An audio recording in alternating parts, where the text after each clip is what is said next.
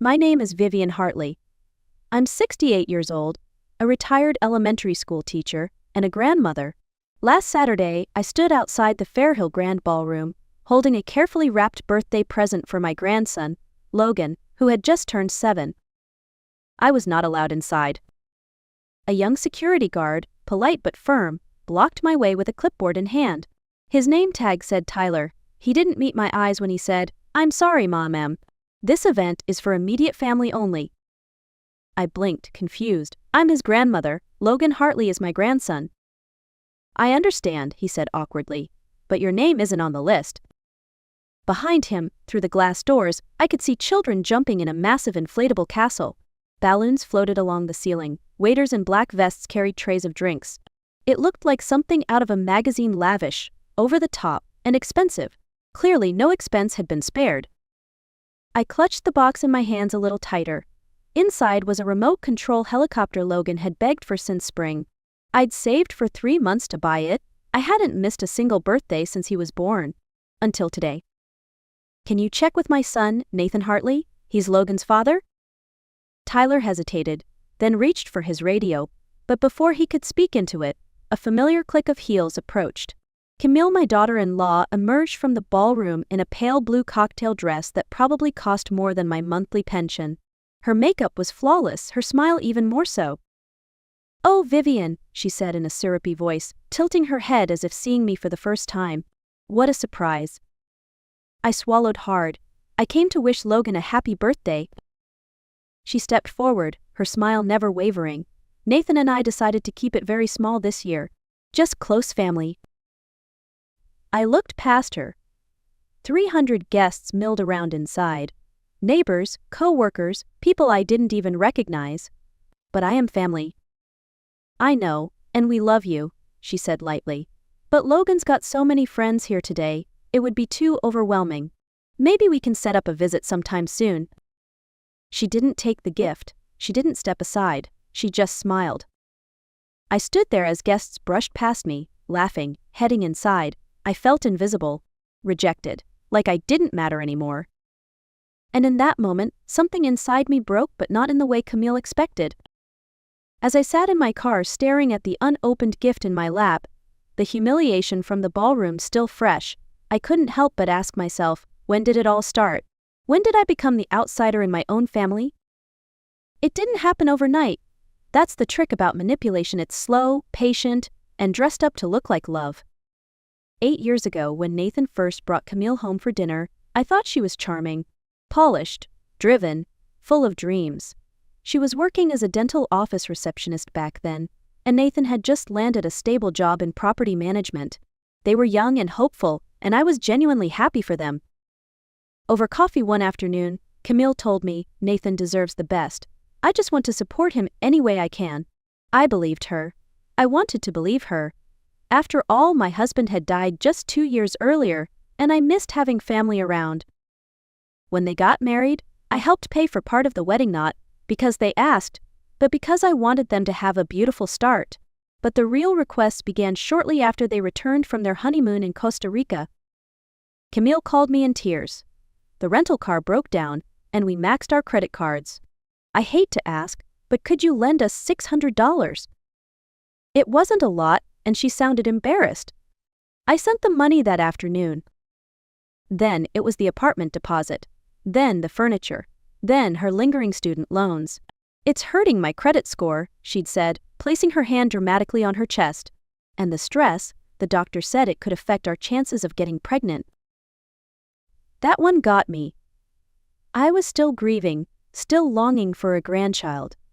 I paid off the loans $24,000 thinking it was for the future of our family. When Logan was born, I thought the financial requests would stop. But they didn't. Camille said the medical bills were piling up.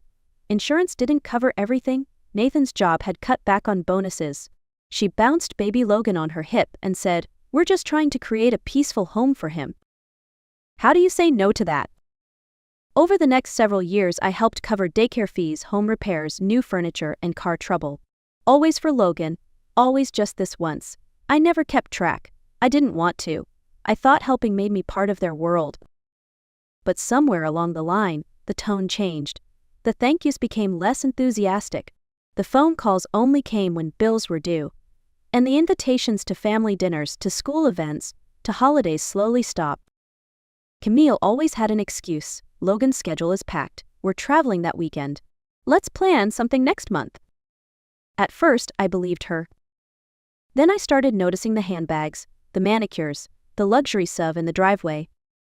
And I started asking myself a different question: was I really helping them? Or was I just funding Camille's lifestyle while being quietly erased from my grandson's life? I sat in my kitchen that night, the house silent except for the hum of the refrigerator. The gift for Logan still sat on the table, untouched. I couldn't bring myself to unwrap it, and I couldn't bear to put it away either. I hadn't eaten dinner, my appetite was gone. I opened my laptop and logged into my bank account. For the first time in years, I forced myself to really look at the numbers. The monthly transfers, the checks I'd written, the so-called emergencies, they all added up in a nauseating pattern. Over the past year alone, I had sent them just over $30,000. All supposedly for Logan's daycare, school activities, clothing, and other needs. But Logan didn't look like a child whose family was struggling. His party had a budget that rivaled some weddings. The balloon arch alone must have cost over $1,000. I picked up the phone and called the only person I trusted with my finances, Janelle Quinn, my banker at First Oak Financial. She had handled my accounts since George passed away and had guided me through the fog of widowhood with remarkable kindness. "Janelle, it's Vivian Hartley," I said quietly. "I need your help." Her voice warmed instantly. "Of course, Vivian. What's going on?" I took a deep breath. I believe my daughter-in-law has been misusing the money I've been sending, and possibly using my financial information for her own credit. There was a pause on the other end. Then, "Can you come in tomorrow? Bring any paperwork you have." The next morning, I walked into the bank with a folder full of printouts and copies. Janelle scanned everything carefully, her face growing more serious with each passing page. "Vivian," she said slowly, "you weren't just supporting their household. Camille has been moving the money into a private account, one that Nathan doesn't even appear to be on." She turned her monitor toward me. It showed transaction histories filled with beauty salons, boutique stores, airline tickets, and interior design services. None of it had anything to do with Logan. Then she said something that made my stomach flip. "She also used your credit profile as a co-signer for a lease on a luxury vehicle. She claimed you were her guarantor. That's identity misuse at the very least." I felt like I couldn't breathe. Camille had used my name, my trust, to build a life of illusion. She wore my savings like designer perfume and kept me at arm's length while doing it. That night, I couldn't sleep. I sat on the edge of my bed, staring at the moonlit driveway, and made a decision. If they could cut me out of Logan's birthday party, if they could spend my money and call me not family enough, then they needed to learn that I wasn't just some quiet grandmother with a checkbook. I was done being used, and I was done being silent. The next morning, I made the call I'd been avoiding. Nathan picked up on the second ring. "Hey, Mom," he said casually, as if nothing had happened. "Everything okay?" No, Nathan," I said, trying to keep my voice steady. "I'm calling about the party. About what happened." He was quiet for a beat. Then he sighed. "Look, Mom, I know it looked bad. Camille just wanted to keep things simple. It wasn't personal." 300 people is simple now?" I asked, my voice sharpening. Co-workers, neighbors, even her Pilates instructor got in. But not me. Camille thought it'd be overwhelming for Logan if too many people were there. "We were planning a smaller celebration for you and him next week." "When exactly were you going to tell me that?" Another pause. We hadn't worked out the details yet. I took a deep breath and pushed forward. "Nathan, how much money do you think I've given you and Camille over the past year?" He sounded genuinely puzzled. "I don't know. A few thousand. You helped with Logan's school and daycare." "Try 32,000, just this year, and I have the bank records to prove it." "That's not possible." It is, and it's documented. I went to the bank. Every payment I made for Logan's expenses, Camille transferred them to her personal account. She used them to buy handbags and pay for spa treatments. None of it went to your son." Nathan didn't respond right away. I could hear his breathing shift, shallow and fast. "You're making a big deal out of nothing, Mom. You gave us that money willingly." "I gave it because I believed I was helping my grandson, not because I wanted to fund Camille's fantasy life." "That's a betrayal, Nathan, and if you can't admit that, then we have a much bigger problem." His tone changed, defensive, cold. "You're overreacting. Camille's under a lot of pressure. She's trying to present a good image for my career. That doesn't give her the right to steal from me." "No one stole anything. You just don't like the way she spends." I closed my eyes. "Then maybe it's time I stop sending money. In fact, maybe it's time I stop being your emergency fund entirely." "I think you're being unfair. And I think you're being blind." I hung up before he could respond. My hands were trembling, but it wasn't from fear. It was from clarity. I picked up the phone again and called Janelle. "I want to freeze every account that has Camille Hartley's name on it. Any joint accounts, any credit cards she opened using my credit, anything I co-signed." "Vivian, are you sure?" "I've never been more sure." Then I made one more call, this time to the Fairhill Grand Ballroom. "Hello, this is Vivian Hartley. Just wanted to let you know, the credit cards being used to pay for the Hartley event are about to be declined. You'll want to have a backup plan in place." I didn't need revenge. I just needed the truth to land where it belonged. By noon, my phone was ringing nonstop. I ignored the first few calls, but by the fifth, I picked up. Camille's voice came through sharp and frantic. "What did you do, Vivian? My card was declined in front of everyone. The venue threatened to shut down the party. The caterer wants cash. Do you have any idea how humiliating that was?" I leaned back in my chair and said calmly, "You mean like being told I wasn't family enough to attend my own grandson's birthday? That was different, eh?" "No, Camille, it wasn't. You embarrassed me in front of hundreds of people. And you've been quietly erasing me from Logan's life for years. I think we're past talking about embarrassment. You're being petty and vindictive." "No, I'm being responsible, for the first time in years." I hung up without waiting for her next excuse. The next day, I met with my attorney, Marcia Levine. She was smart, seasoned, and didn't waste time sugarcoating anything. After reviewing the documents Janelle helped me organize, she looked up and said, "This is textbook financial exploitation. You have grounds for restitution and possibly criminal charges. Identity misuse, financial abuse of an elder, even fraud." I felt a chill run down my spine, but also something close to relief. What would the next step be? A formal demand letter will list the total amount, request repayment, and include notice of potential legal action if she refuses. And if she does refuse? Then we file a lawsuit. Public record, court dates, news coverage if necessary. Would that affect my access to Logan? Marcia gave a small, sympathetic nod. That's the one thing Camille might try to weaponize. But we can counter that. Grandparents have rights, especially when there's documented misconduct by the parent. That evening, as I stood at the sink rinsing off dinner dishes, I got a text from Nathan. "We need to talk. Tonight, 7 p.m., our house." Not your house, I thought bitterly. The one I co-signed for. The one I helped furnish. But still, I replied, "I'll be there." At exactly 7, I rang the doorbell like a stranger. Nathan opened the door, looking exhausted and uneasy. "She's upstairs with Logan," he muttered, leading me to the living room. "He's upset, doesn't understand what's going on." "I'm sorry he has to go through this," I said quietly, "but he deserves the truth someday." I handed him the folder. Bank records, loan documents, credit reports. "Everything I gave was meant for Logan," I said, "but she used it all for herself. And now she's threatening to cut me out of his life completely." Nathan sifted through the papers, his expression darkening. "She told me you were controlling, that you were interfering too much." "She said the same to me, except she called it protecting her family." His voice dropped. "I had no idea." "You didn't want to have an idea." Silence. Finally, he said, "What do you want me to do?" I looked at him evenly. "I want you to stop enabling her. I want you to protect your son from this toxic cycle. And I want my money back." He nodded slowly. "Okay, I'll talk to her. You've got 72 hours. After that, I let the courts handle it." And with that, I stood up, walked out of the house I helped build, and for the first time in a long time, felt the weight begin to lift.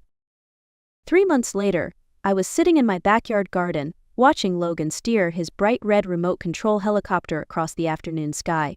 He squealed with delight every time it dipped and climbed. I couldn't stop smiling. This moment, this peace, had been hard-earned. After that night at Nathan's house, things got worse before they got better. Camille didn't go quietly. She fought the restitution letter with everything she had: tears, gaslighting, and even threats. She claimed I was making everything up, that I was senile, that I resented her and wanted to ruin their family. She even accused me of being jealous of her relationship with Nathan. But the documents didn't lie. The bank records, the loan applications with my name on them, the withdrawal history, it all painted a picture even Camille couldn't talk her way out of. Facing the threat of legal action, she eventually agreed to a settlement. Full restitution of the $87,000 she had siphoned over 8 years, plus interest, plus attorney's fees. More importantly, she signed a court-approved agreement guaranteeing me scheduled and uninterrupted time with Logan. Nathan filed for divorce soon after. It turned out Camille had taken out several other credit lines using Nathan's identity as well. She'd maxed out nearly all of them. The trust was broken beyond repair. She moved back to her mother's place in upstate New York. According to Nathan, she now works part-time at a call center and shares a 1-bedroom apartment with her younger sister. For a brief moment, I felt sorry for her. But then I remembered the years of lies, the way she'd made me feel small, unwelcome, useless. Logan visits me every weekend now. We bake cookies, work on puzzles, go to the park. He laughs more, sleeps better. There's no more tension in his shoulders. Even his teachers have noticed the change.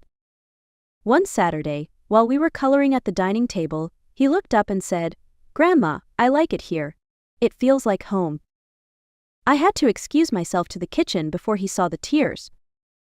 With the case settled and my relationship with Logan repaired, I found myself wanting to do something more, something that might help others going through what I had. So I started a small group at the local library, a monthly meeting for grandparents and retirees dealing with financial abuse or emotional neglect from family. The stories I heard broke my heart: women and men taken advantage of by their own children, manipulated with guilt and promises, only to be discarded once the money ran dry. But there was also strength in that room, people reclaiming their boundaries, learning their rights, helping each other heal. At one meeting, a woman named Frances said, "I always thought saying no made me selfish. Now I know it just makes me wise." We all nodded. Because sometimes love isn't about saying yes. Sometimes it's about standing up for yourself and teaching others it's okay to do the same. Logan doesn't know everything yet. He's still a child. But someday he'll understand. He'll know that his grandmother fought not out of anger, but out of love. And that love, this time, came with boundaries. The following summer, as Logan's 8th birthday approached, Nathan and I sat together at my kitchen table, sketching out plans for a small backyard celebration. Nothing extravagant, just balloons, hot dogs, cake, and the people who genuinely loved him. "I want this party to be about Logan," Nathan said, stirring his coffee, "not about status or appearances." I smiled. "That sounds perfect." And it was. No rented ballroom, no caterers, just joy. Logan ran around barefoot in the grass, chasing bubbles with his friends while I stood at the grill with Nathan. We laughed like we hadn't in years. There was healing in that day, in the simplicity, the honesty, and the love. That night, after everyone had gone home and the yard was quiet again, I sat on the porch with a glass of iced tea and watched fireflies blink in the garden. I thought about who I used to be, a woman grateful for any scraps of attention, a grandmother afraid to rock the boat, a mother who mistook silence for peace. I wasn't that woman anymore. Now I knew better. I knew that love without respect isn't love, that giving should never cost your dignity, and that real family doesn't shut you out when you're no longer convenient. If you've ever felt erased, used, or quietly pushed aside by those who claim to love you, I want you to hear this. You are not alone, and you are not powerless. Thank you for listening to my story. If any part of it resonated with you, I'd love to hear your thoughts in the comments. And if you believe no one deserves to be silenced in their own family, please like, share, and subscribe. Let's make sure this message reaches every grandmother who needs to remember her worth. Because sometimes standing up for yourself isn't just brave, it's necessary. A few weeks after Logan's birthday, I received a call from a number I didn't recognize. "Hello, is this Vivian Hartley?" the voice on the other end asked, hesitant but hopeful. "Yes, this is she." "My name is Linda Matthews. I hope you don't mind me reaching out.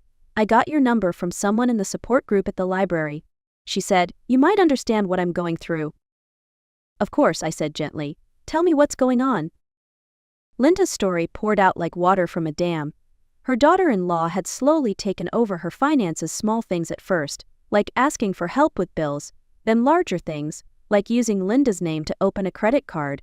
She hadn't seen her grandchildren in months. Every time she asked, there was a new excuse. "I feel ashamed," she said quietly, "like it's my fault for letting it happen." I closed my eyes, remembering that same ache in my chest. That same voice in my head telling me I was being dramatic, that I should be grateful just to be needed. "It's not your fault, Linda," I told her, "but it is within your power to change." "I don't even know where to begin." "You begin by writing everything down, every transaction, every message, every promise that turned into silence. Then you take it to someone who can help. I can connect you with my lawyer, Marcia. She's sharp and kind, the kind of person who makes you feel like you're not crazy." There was silence on the line, then a quiet sob. "Thank you," she whispered. "Thank you for saying that." We ended the call with a plan and a promise. As I set the phone down, I felt something unexpected: peace. Because healing doesn't stop with your own story, sometimes it becomes a bridge for someone else. And if I can be that bridge, even for one woman like Linda, then maybe everything I went through meant something after all. 6 months later, our little support group had grown into something none of us expected. What started as a quiet monthly meetup at the local library had become a registered nonprofit, Second Voice, a safe space for seniors navigating family-based financial abuse. We offered legal referrals, workshops on setting healthy boundaries, and perhaps most importantly, connection. One rainy Thursday afternoon, I walked into our usual meeting room to find it filled with new faces. Women and men in their 60s, 70s, even 80s, some holding folders, others just holding back tears. Linda was there too. She'd filed charges against her daughter-in-law, reclaimed access to her bank account, and had recently reunited with her youngest grandson. "I thought I was alone," she told the group, her voice steady, "but Vivian showed me I wasn't. And now I want to do the same for someone else." I sat down beside her and smiled. That's what healing looks like, not revenge, not punishment. Empowerment. Later that evening, after I walked Logan home from school, he sat at the kitchen table working on a craft project. His small hands carefully glued popsicle sticks together to build a miniature cabin. "Grandma," he asked without looking up, "do you ever miss how things used to be?" I paused at the sink, my hands in the dishwater. "Sometimes," I said honestly, "but I like now even better." He nodded like he understood. "Me too." I watched him work, his tongue poking slightly out in concentration, and thought about everything we'd survived, everything we'd rebuilt. Life hadn't gone the way I expected in retirement, but in losing so much, I'd gained something far more valuable: my voice, my self-respect, and a second chance to love and be loved on my own terms. And that, I realized, was more than enough. Now that you've walked this path with me, I want to ask you something. Have you ever felt invisible in your own family?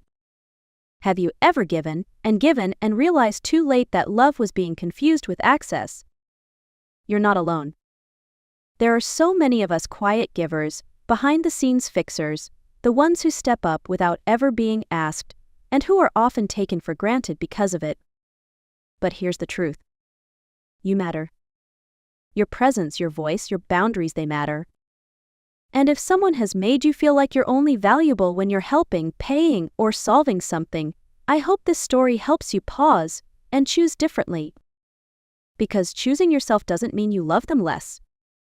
It just means you're finally loving yourself too.